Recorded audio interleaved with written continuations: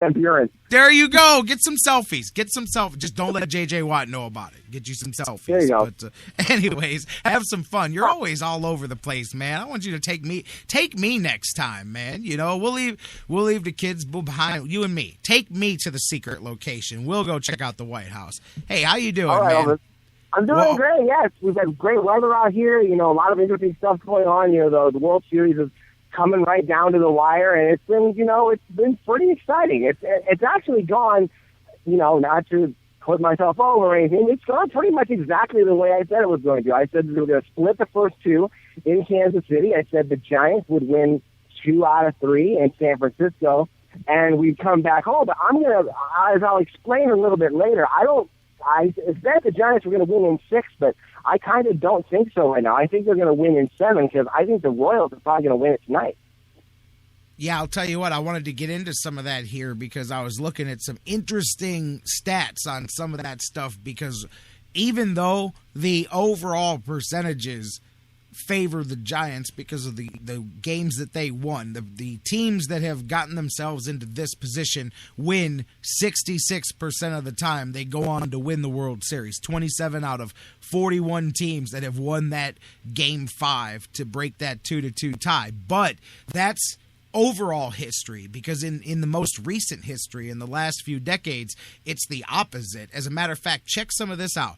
Since 1982, in games 6 and 7 of the World Series, the home team has gone an astonishing 22-3, an 88% winning percentage. Because outside of those 25 games, in the same time period, winning teams are only winning just over 50%. It's at 54% of the game. But down at the and this is Mike Brandenburry said almost that exact same thing last week when he said, I believe home field is much more important in the final part of the series than any other time. And clearly that 22-3 in games 6 and 7 in the last 3 decades, the home team. That right there is enough right there to go, oh man, all right. You know, no home team has lost a game 6 or 7 in the World Series since 2003.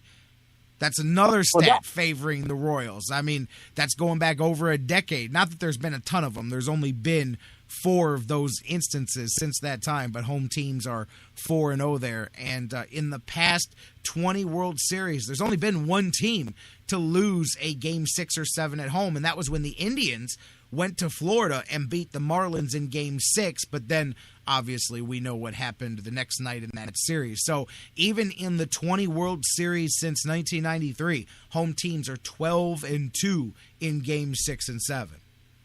Well, that's really an astonishing stat. You talk about home field advantage in different sports and everything, but I've never really heard anything like that. The home field advantage that a team has in game 6 and 7 of the World Series, that really shows that if you are going into the World Series and you're not at home in those last 2 games, you better sweep or you better take care of business in 5 games because the momentum really, really shifts. And I think that's really going to work into the Royals' favor tonight. I mean, we've talked about who's the team of destiny, you know, all season long. And, you know, I'm sure the Royals think it's them, especially, you know, coming home. It's great because they're down 3-2, but they've got to come in tonight thinking they've got all the momentum, especially hearing stats like that, knowing that they've got their crazy fans behind them. They've got, you know, it's shifting over to the American League, so they've got the DH. They're going to have Butler back in the lineup.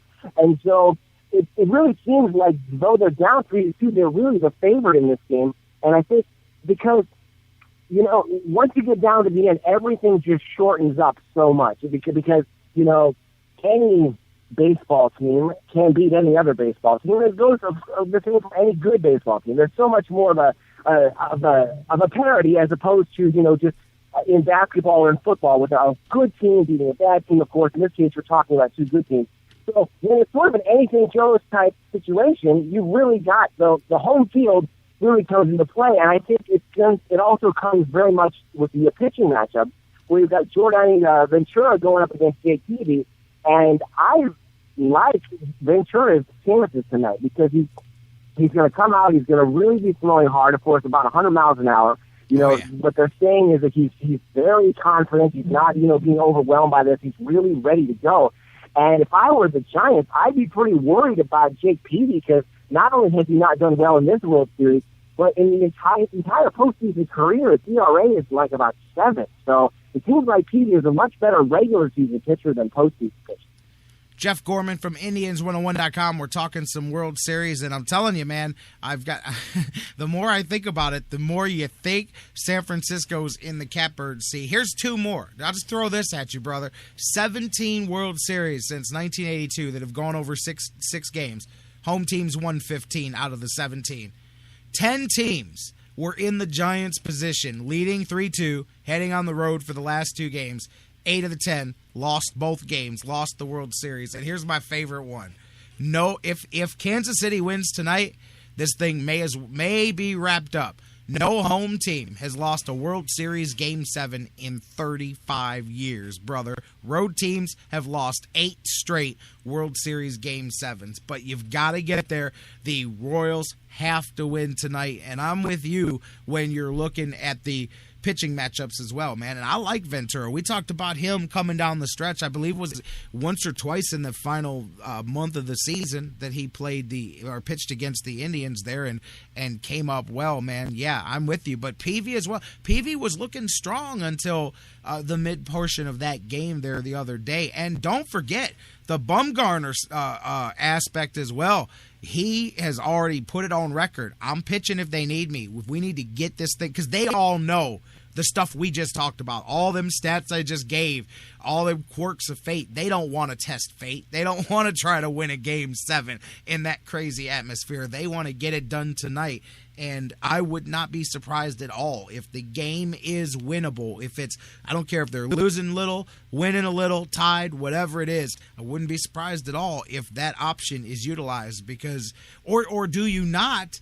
Or do you not in case you need him in Game 7? That's an interesting piece of side theater as well because he has been absolutely historic. Matter of fact, something I wanted to mention while we're bringing him up, what was it? His career World Series ERA, 0.29. He has the best career World Series ERA, which is just sick. 0.29. It is it's higher than a bunch of guys you've never heard of before that pitched in the 40s and 50s and 60s.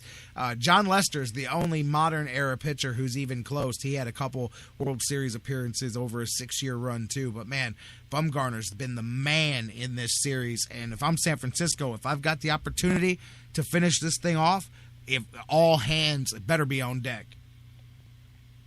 Yeah, I think I heard that too, and I'm like, I don't think that's a really good idea. That was my first reaction.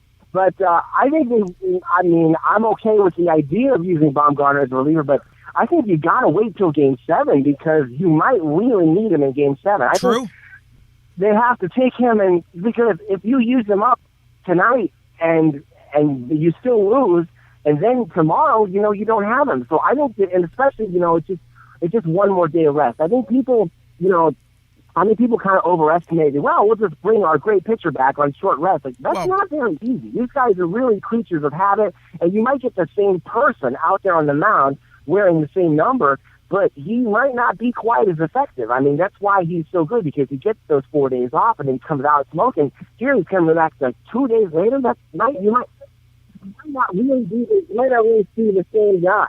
So I think what they need to do is just put him, on ice. Whoa. Oh, sorry.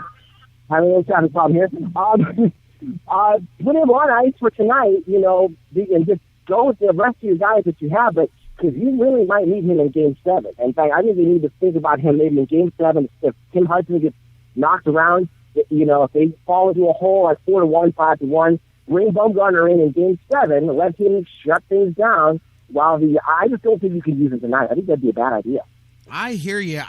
To me, if I'm San Francisco, whatever I can do, man, I do not want this thing going to a 7th game. Now, San Francisco's got a bullpen too, so it's not like they have a tough decision to make. But I'm just saying, man, if I get down to, I would think about if I've got a 1-run lead, man, and I need to get 6 outs, I would think about bringing my man in to get those 6 outs for me. That's all I'm saying. He's got that nasty cutter. I get it. I know the short rest, and we've seen what can happen to guys. Obviously, some guys come back stronger. Traditionally, most guys don't. Traditionally, most guys are not as effective. And I'm with you. That is more of a last resort kind of thing. But if I'm Bochy, if I'm the Giants, I'm going last resort. I don't care that I'm winning. There too many people fall into the trap, I think, in a Game 6, and that's how 8 of the last 10 teams in this situation have come back to win 6 and 7 and take it right there. It's because the team with that 3-2 lead has that psychological crutch that they lean on, where they go, well, we're up a game, so if worse comes to worse, we can still win this thing tomorrow. I say you play this game like you're down 3-2 and you have to win tonight. Don't put it up for chance, man, because the momentum will be too big. That's an interesting perspective. I kind of disagree. I think you got to play this game with playing from a position of strength, like you are up 3-2, the way you really are, and then. And if things don't go your way, obviously everybody in the building and everybody in the baseball world knows that Bumgarner is ready to go in relief for Game 7, and you've got him in the bullpen, literally, in case you need him. So I think you've got to hold him back, and then because then the psychological part comes into play. The Royals are like, oh my gosh, they could throw Bumgarner at him. We could not hit him at all in Game 1. We cannot hit him at all in Game 5. We're going to do our best against Hudson, but if we start to do well, they're going to bring in Bumgarner and he's going to shut us down, especially because he's got one more day of rest. So I kind of think that, again, I know there's different schools of thought. I'm going to go with leave him out tonight and bring him back for Game 7 and deal from a position of strength. You don't want to give up that home field advantage, that 3-2 advantage, not even psychologically, I think, if you're the Giants. Because remember, the Giants did win their last 2 World Series on the road. They beat Texas and they beat Detroit on the road. And they won those in Game 7. I hear you, Jeff. Jeff Gorman from Indians101.com talking some World Series with us. J-Rock here, the Sports Fix, doing our thing. Facebook.com/the Sports Fix. What's your thoughts? Does Kansas City take 6 and 7 to San Francisco? End it tonight. What do we got going on? Tweet with us at the Sports Fix CLE. Email us, thesportsfix@AOL.com. Of course, with things going back to the American League, this was something else I wanted to talk to you about anyway, even though it's kind of an already can't change it aspect of this series. But when in the world, and I guess this is a redundant conversation because it's absolutely never going to happen, but the different rules in the different parks, while part of me likes that and part of me liked that a lot better before interleague play, like when there was truly a split, and the only time that those teams played each other was in the World Series. Even then, in a modern format, it's weird thinking that teams play a game under different rules. It would be like playing the NBA Finals and the Eastern Conference uses a 25-second shot clock, and you know what I mean? And the Western Conference uses a 40-second, whatever. It doesn't matter. It can be any change of the rules like that. What if the AFC decides we get 5 downs for a first down, and the NFC keeps it at 4? Now, which rules do we play with in the Super Bowl? That sounds ridiculous, but that's what you have in baseball. And there was a time, again, I'm a traditionalist, that I liked that aspect, but the more you think of it, look at now Billy Butler comes back in, and you could say the same on the Giants side. They get an additional bat. Difference is their season's not built around that additional bat like Billy Butler for the Royals. They get him back now for the final 2 games, but that's a shame, especially when you're going with that 2-3-2 format, to have the big chunk in the middle of the series where one of your big bats is relegated to a pinch hitter role. That's right, because offensively, it doesn't really behoove either team to have the pitcher throwing. So it's a detriment to your offense, but you're not really gaining anything when you have the National League. You're just playing your style well. Well, I've got 8 strong hitters. I've got the pitcher coming up at the end. I might have to bunt a little bit.